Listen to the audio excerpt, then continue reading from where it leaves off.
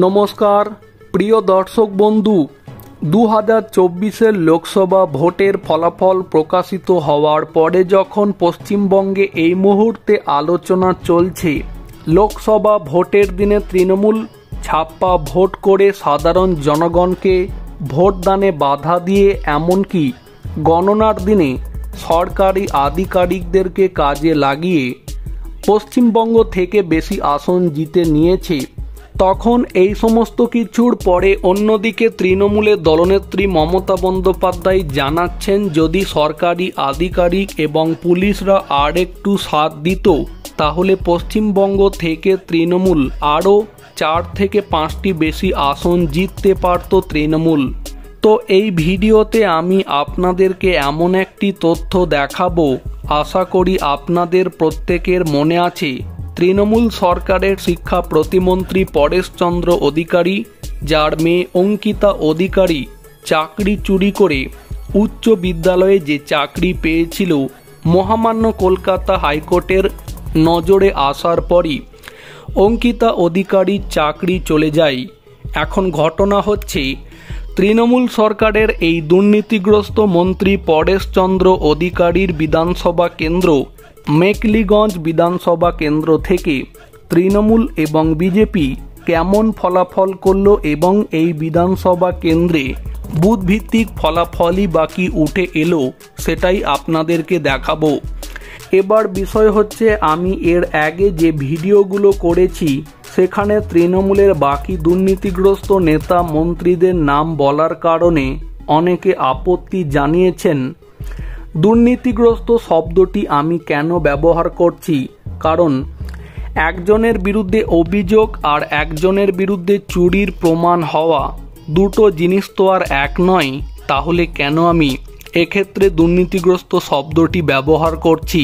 আচ্ছা, আপনারাই আমাকে বলুন তো, তৃণমূল সরকারের প্রাক্তন শিক্ষামন্ত্রী পার্থ চট্টোপাধ্যায় ঘনিষ্ঠ বান্ধবীর বাড়ি থেকে যখন কোটি কোটি টাকা সোনাদানা পাওয়া যায়, তখন তৃণমূল সরকারের সেই মন্ত্রী পার্থ চট্টোপাধ্যায়কে কি দুর্নীতিগ্রস্ত একজন মন্ত্রী বলা যায় না নাকি?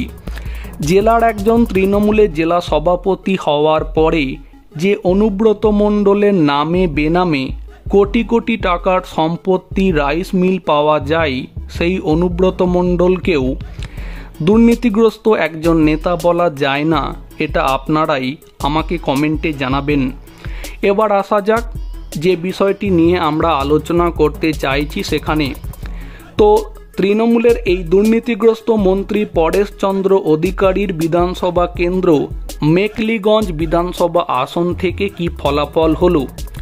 মেকলিগঞ্জ বিধানসভা আসনটি জলপাইগুড়ি লোকসভার মধ্যে পড়ে। এবার 2024-এর লোকসভা ভোটের ফলাফল অনুযায়ী জলপাইগুড়ি লোকসভা কেন্দ্র থেকে বিজেপি জিতেছে ঠিকই, কিন্তু এই মেকলিগঞ্জ বিধানসভা আসনে যে ফলাফল উঠে এসেছে সেখানে দেখতে পাওয়া যাচ্ছে প্রায় 3000-এর কাছাকাছি ভোটে তৃণমূল বিজেপির থেকে এগিয়ে আছে। অর্থাৎ মেকলিগঞ্জ বিধানসভা কেন্দ্রে যেখানে বিজেপি প্রার্থী ভোট পেয়েছেন 92,024টি, সেখানে তৃণমূল প্রার্থী মেকলিগঞ্জ বিধানসভা কেন্দ্র থেকে ভোট পেয়েছেন 94,842টি। তো এবার চলুন আপনাদেরকে মেকলিগঞ্জ বিধানসভা কেন্দ্রে বুথভিত্তিক কি ফলাফল উঠে এসেছে সেটা আপনাদেরকে দেখাই। তো খুলে নিয়েছি মেকলিগঞ্জ বিধানসভা কেন্দ্রের বুথভিত্তিক ফলাফল। এবার একেবারে আমি শুরু করব 1 নম্বর বুথ থেকে। প্রথমে নাম আছে বিজেপি প্রার্থীর এবং 3 নম্বরে নাম আছে তৃণমূল প্রার্থীর। 1 নম্বর বুথ থেকে যদি আপনারা লক্ষ্য করেন তাহলে দেখতে পাবেন যে সেখানে বিজেপি প্রার্থী ভোটের ব্যবধানে তৃণমূল প্রার্থীর থেকে এগিয়ে আছে। এইভাবে যদি 2 নম্বর, 3 নম্বর, 4 নম্বর, 5 নম্বর, 6 নম্বর প্রত্যেকটি বুথ ধরে ধরে দেখেন তাহলে বেশিরভাগ বুথেই কিন্তু যেমন বিজেপি প্রার্থী এগিয়ে আছেন, অন্যদিকে কিছু বুথেও তৃণমূল প্রার্থী এগিয়ে আছেন। তবে প্রথম দিকে এই যে 1 থেকে 10 বা 20 পর্যন্ত যে বুথগুলি আছে সেখানে যদি আপনারা লক্ষ্য করেন তাহলে তৃণমূল প্রার্থী এবং বিজেপি প্রার্থীর মধ্যে সেইভাবে কিন্তু ভোটের ব্যবধানের মধ্যে কোনো ফারাক খুব একটা বেশি নেই। কিন্তু যদি এই পাতাটি আপনারা লক্ষ্য করেন তাহলে যেটা আপনাদেরকে দেখাতে চাইছি একটু লক্ষ্য করুন।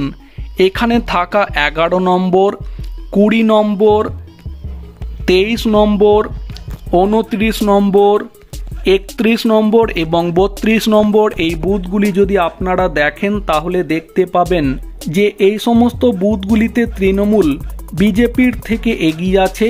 এরপরে যদি আপনাদেরকে পরের পাতাতে নিয়ে যাই তাহলে এই পাতাতেও কিন্তু সেই একই ছবি ধরা পড়ছে, মানে কিছু বুথে বিজেপি প্রার্থী এগিয়ে আছেন, আবার কিছু বুথে তৃণমূল প্রার্থী এগিয়ে আছেন।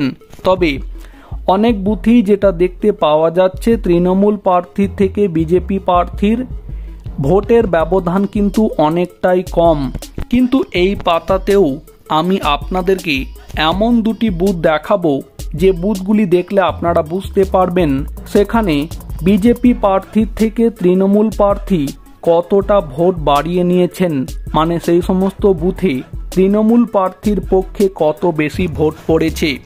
দেখুন এই পাতাতে থাকা 34 নম্বর বুথ এবং তারপরে যদি আপনাদেরকে 62 নম্বর বুথের কথা বলি তাহলে 62 নম্বর বুথটি যদি আপনারা দেখেন তাহলে দেখুন যেখানে বিজেপি প্রার্থী এই বুথে ভোট পেয়েছেন মাত্র 21টি, সেখানে তৃণমূল প্রার্থী এই বুথে ভোট পেয়েছেন 634টি। এইভাবে যদি আপনাদেরকে পরের পাতাতে নিয়ে যাই তাহলে সেখানেও কিন্তু একই রকমভাবে আগের যে কথাটি আপনাদেরকে বললাম সেটাই দেখতে পাওয়া যাচ্ছে। কিন্তু কিছু বুথ আছে যেখানে বিজেপি প্রার্থীর থেকে তৃণমূল প্রার্থী ভোট বেশি পেয়েছেন এবং ভোটের ব্যবধান বিজেপি প্রার্থীর থেকে সেই সমস্ত বুথে তৃণমূল প্রার্থীর অনেকটাই বেশি।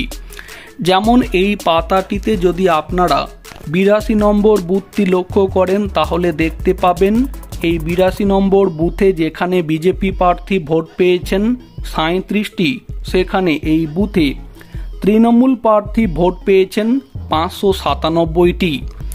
এইভাবে আপনাদেরকে পরের পাতাতে নিয়ে যাচ্ছি।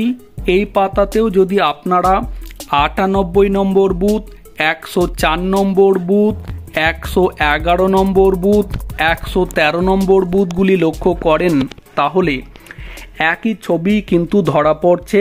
যেখানে বিজেপি প্রার্থীর থেকে তৃণমূল প্রার্থী ভোট বেশি পেয়েছেন, একই সাথে বিজেপি প্রার্থীর থেকে ভোটের ব্যবধান অনেকটাই বাড়িয়ে নিয়েছেন তৃণমূল প্রার্থী। এরপরে আপনাদেরকে পরের পাতায় নিয়ে যাচ্ছি, সেখানেও একই ছবি ধরা পড়ছে। এই পাতাটিতে যদি আপনারা 132 নম্বর বুথ, 136 নম্বর বুথ, তারপরে 159 নম্বর বুথ এবং 160 নম্বর বুথটি যদি আপনারা লক্ষ্য করেন তাহলে এই 160 নম্বর বুথটি যদি আপনারা দেখেন তাহলে দেখতে পাবেন যেখানে এই বুথে বিজেপি প্রার্থী ভোট পেয়েছেন 197টি, সেখানে অন্যদিকে এই বুথে তৃণমূল প্রার্থী ভোট পেয়েছেন 606টি। মানে বিজেপি প্রার্থীর থেকে তৃণমূল প্রার্থী যেমন ভোট বেশি পেয়েছেন, একই সাথে বিজেপি প্রার্থীর থেকে তৃণমূল প্রার্থী এই সমস্ত বুথগুলিতে ভোটের ব্যবধান অনেকটাই বাড়িয়ে নিয়েছেন। একই রকমভাবে যদি পরের পাতাতে চলে যাই তাহলে এখানেও যে বুথগুলি আছে আপনাদেরকে বলি 161 নম্বর বুথ, 162 নম্বর বুথ, 179 নম্বর বুথ, 181 নম্বর বুথ এবং 184 নম্বর বুথগুলি যদি আপনারা লক্ষ্য করেন তাহলে আগের যে কথাটি বললাম সেই একই ছবি কিন্তু আপনারা দেখতে পাবেন।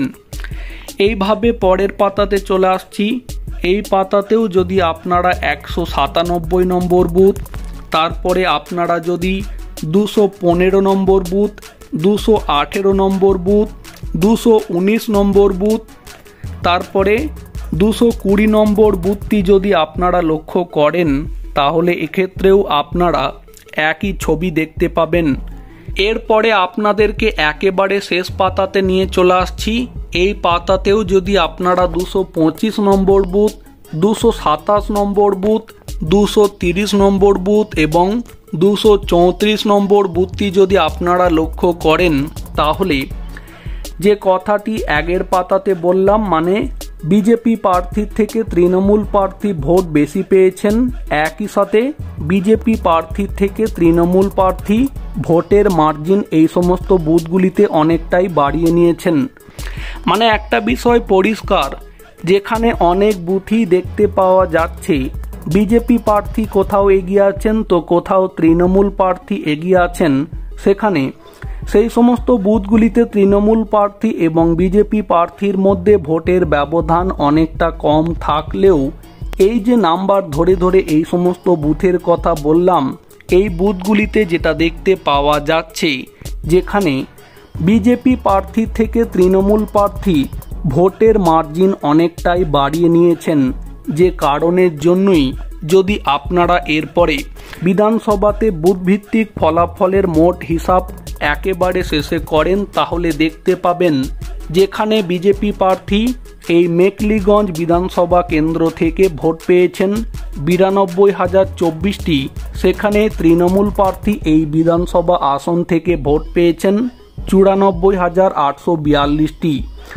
তাহলে এখন প্রশ্ন হচ্ছে, যেখানে তৃণমূল সরকারের শিক্ষা প্রতিমন্ত্রী পরেশচন্দ্র অধিকারীর বিরুদ্ধে চাকরি চুরি দুর্নীতিকাণ্ডের অভিযোগ পাওয়া গেল এবং যেখানে সেই মন্ত্রীর মেয়েই যেখানে চাকরি চুরি করে চাকরি পেল, সেখানে এই রকম ঘটনা সামনে আসার পরেও কি মেকলিগঞ্জের সাধারণ জনগণ তৃণমূলকে কি হাত উজাড় করে ভোট দিল, নাকি সাধারণ জনগণকে ভোট দিতে না দিয়ে ভোটের দিনে সাধারণ জনগণের ভোট লুট করে নিয়ে তৃণমূল এইভাবে বুথ ধরে ধরে ছাপ্পা ভোট দিয়ে সেই সমস্ত বুথ থেকে লিড নিয়ে বিজেপিকে সামগ্রিকভাবে এই বিধানসভা কেন্দ্র থেকে পিছিয়ে দিল, নাকি যে অভিযোগটা করা হচ্ছে ভোটের গণনার দিনে গণনা কারচুপি করে তৃণমূল জিতল, এক্ষেত্রে মেকলিগঞ্জ বিধানসভা আসনেও তৃণমূল সেটাই করেছে বলেই এই রকম ফলাফল উঠে এলো।